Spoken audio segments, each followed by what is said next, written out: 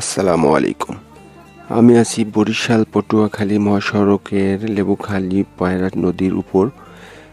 তো এই বিষয়ে কিছু কথা বলবো।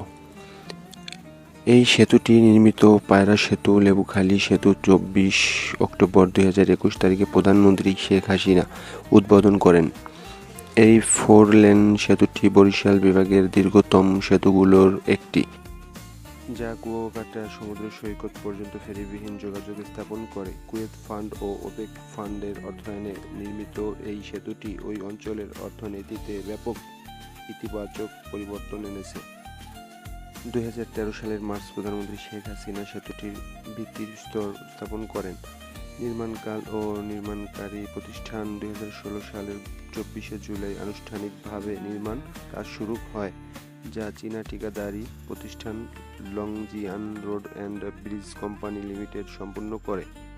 উদ্বোধন হয় 24 অক্টোবর 2021 তারিখে। এটি যান চলাচলের জন্য খুলে দেওয়া হয়। অর্থায়নে Kuwait fund for Arab economic development.